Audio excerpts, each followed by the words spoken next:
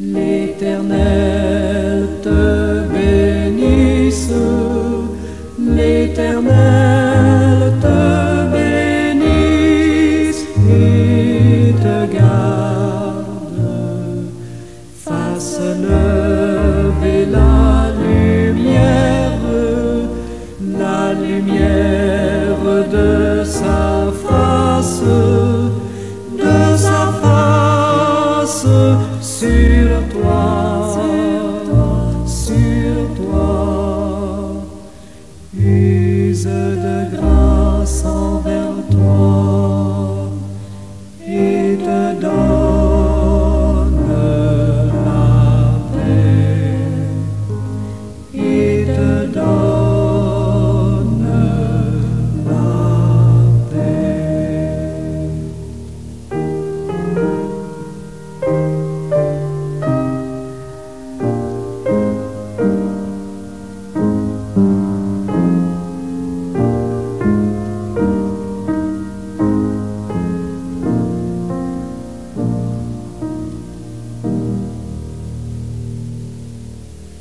L'Éternel te bénisse, l'Éternel te bénisse et te garde, fasse lever la lumière de sa face sur toi, use de grâce envers toi et te donne la paix, et te donne la paix.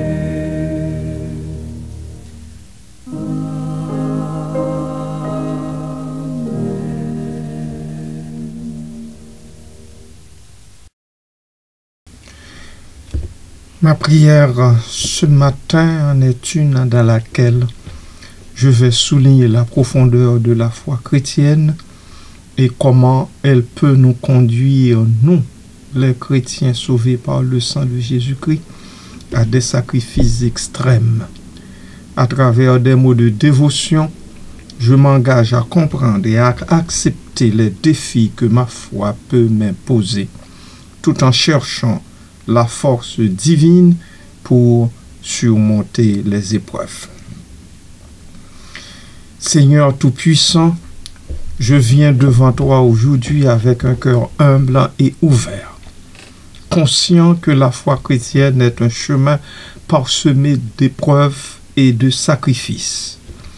Je te rends grâce pour la lumière que tu as mise dans ma vie, une lumière qui éclaire même les moments les plus sombres.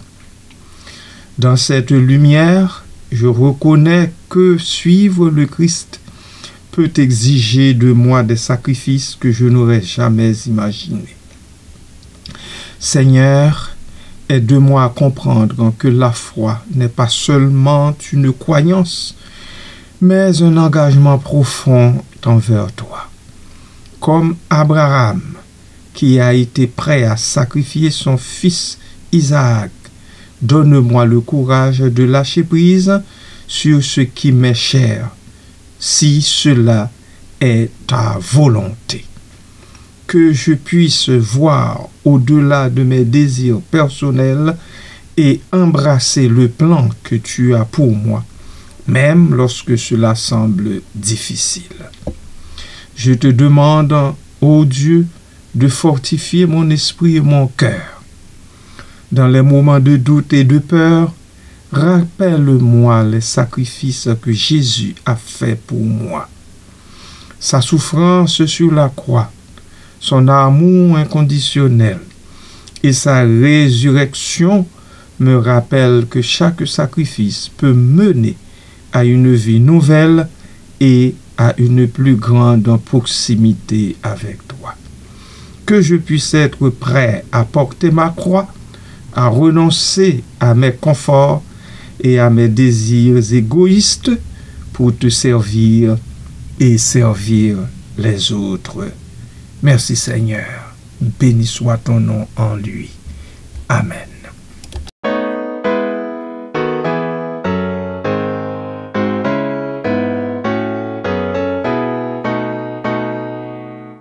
La foi fait tomber sous nos yeux les plus fortes murailles.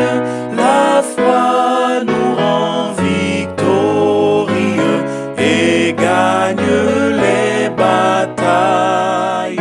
La foi nous ouvre les trésors de la toute-puissance. Les plus faibles deviennent forts sous sa sainte influence. Couverts de ce saint bouclier, nous n'avons nulle crainte. Qui sait en Dieu se confier, du mal brave l'atteinte. Que n'ont pas souffert les héros dont nous suivons la trace. Que de dangers, que de travaux, mais quelle sainte audace. Que leur victoire et leur combat enflamment notre zèle. Croyons et courons sur leurs pas, notre chef nous appelle. Qui croit en lui peut résister au plus terrible orage. Le Seigneur le fait aborder à l'éternel rivage.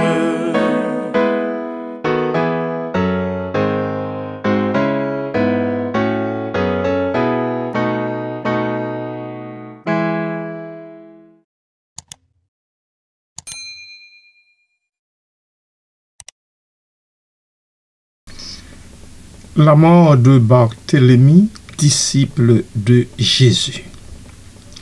Les informations bibliques sont rares concernant Barthélemy. Elles se limitent principalement à la liste des disciples en dehors de la Bible. L'histoire de Barthélemy, l'un des disciples de Jésus, est entourée de traditions et de récits qui varient selon les sources. Dans cet article, nous allons explorer les différentes versions de sa mort ainsi que son héritage en tant que martyr chrétien. Ce disciple, également connu sous le nom de Nathanaël, est souvent décrit comme un homme de foi et de dévotion. Selon la tradition chrétienne, il aurait prêché l'Évangile dans plusieurs régions, notamment en Asie mineure et en Arménie. Sa mort est généralement considérée comme celle d'un martyr, ce qui témoigne de son engagement envers sa foi et sa mission. Les versions de sa mort. On pense qu'il a prêché depuis l'Asie mineure jusqu'à l'Inde. Selon une des traditions, Barthélemy aurait subi un martyre brutal, mort par décapitation. Une des versions les plus répandues affirme que Barthélemy a été décapité. Cette version est souvent associée à son travail missionnaire en Arménie, où il aurait été arrêté pour avoir prêché le christianisme. Il aurait été écorché vif et crucifié la tête en bas à Albanopolis en Arménie. Deuxièmement, mort par écorchement. Une autre tradition raconte que Barthélemy aurait été écorché vif avant d'être tué. Cette version est particulièrement populaire dans l'art chrétien où il est souvent représenté avec une peau humaine, symbolisant son martyre. Troisièmement, mort par crucifixion. Certaines sources suggèrent qu'il aurait également pu être crucifié. Je signale ici que cette version en est la moins courante. Arrêtons-nous un instant, le temps pour moi de souffler un peu avant de continuer. Que n'ont pas souffert les héros dont nous suivons la trace, que de dangers, que de travaux, mais quelle sainte audace, que leur victoire et leur combat enflamment notre zèle. Croyons et courons sur leurs pas, notre chef nous appelle. Qui croit en lui peut résister au plus terrible orage. Le Seigneur le fait aborder à l'éternel rivage.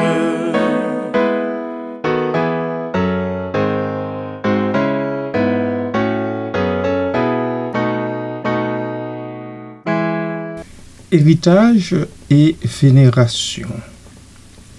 Barthélemy est vénéré comme saint dans de nombreuses traditions chrétiennes et sa fête est célébrée le 24 août. Son martyre est souvent cité comme un exemple de foi inébranlable et de dévouement à la mission de Jésus. Les récits de sa mort ont inspiré de nombreux croyants à travers les siècles, renforçant ainsi l'idée que la foi peut mener à des sacrifices extrêmes.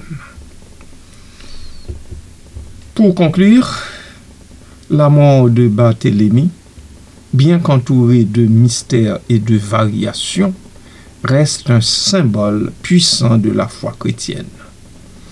Que ce soit par décapitation, écorchement ou crucifixion, son martyre témoigne de l'engagement des premiers disciples de Jésus à propager son message, même au prix de leur vie.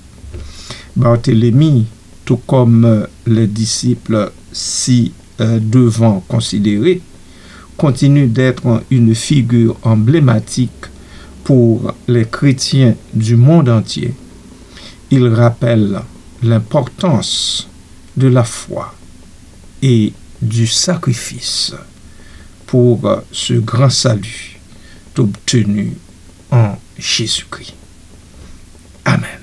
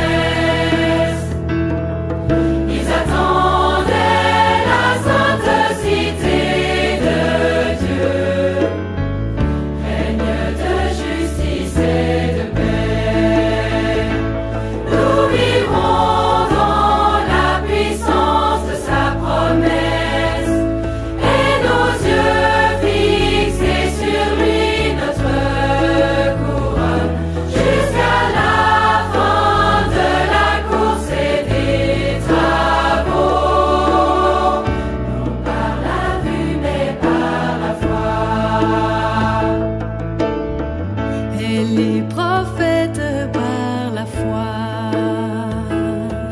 ont vu le jour où viendrait le Messie, puissant pour briser les chaînes du péché, surgissant vainqueur du tombeau.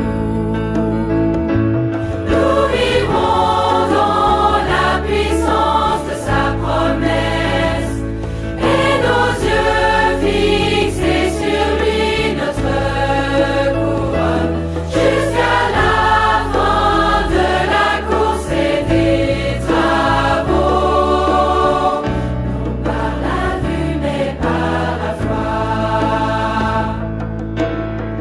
dans la puissance de l'Esprit. L'Église doit proclamer sur la terre que tout captif est délivré par Dieu. Bonne nouvelle par la foi. Nous vivrons dans la puissance de sa promesse et nos yeux fixés sur lui, notre couronne, jusqu'à la fin de la course et des travaux. Non par la vue mais par la foi. La foi déplace nos montagnes. Pour ceux qui font appel à Jésus-Christ, la puissance de l'Évangile triomphera. Tout est possible à celui qui croit. Nous vivrons dans la puissance de sa promesse et nos yeux fixés sur lui, notre couronne, jusqu'à la fin de la course et des travaux. Non par la vue mais par la foi.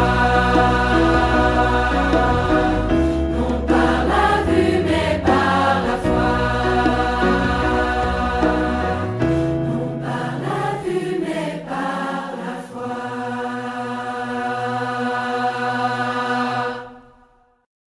Prions Dieu. Seigneur Jésus, accorde-moi la sagesse de discerner les sacrifices que tu attends de moi. Que ce soit dans mes relations, ma carrière ou mes ressources, aide-moi à être un bon gestionnaire de tout ce que tu m'as gratifié. Que je puisse donner sans compter, sachant que chaque acte de générosité est un reflet de ton amour. Seigneur, je te prie de me donner la force de persévérer dans les moments de souffrance. Lorsque je suis confronté à des choix difficiles, rappelle-moi que chaque sacrifice cache une opportunité de grandir dans ma foi. Puissé-je toujours chercher à te glorifier, même lorsque le chemin est semé d'embûches. Je te demande également de toucher le cœur de ceux qui m'entourent, que ma foi et mes sacrifices puissent inspirer d'autres à te suivre, Seigneur. Que ma vie soit un témoignage vivant de ton amour et de ta grâce, et que, par mes actions, d'autres arrivent à voir la beauté de la foi chrétienne. Enfin, Seigneur Jésus, je te remercie pour la promesse de la vie éternelle. Chaque sacrifice que je fais ici sur terre est un investissement dans le royaume à venir. Que je puisse toujours garder les yeux fixés sur toi, sachant que chaque épreuve et chaque sacrifice sont temporaires, mais que la récompense est éternelle. Béni soit ton beau nom, à toujours et à perpétuité. Amen.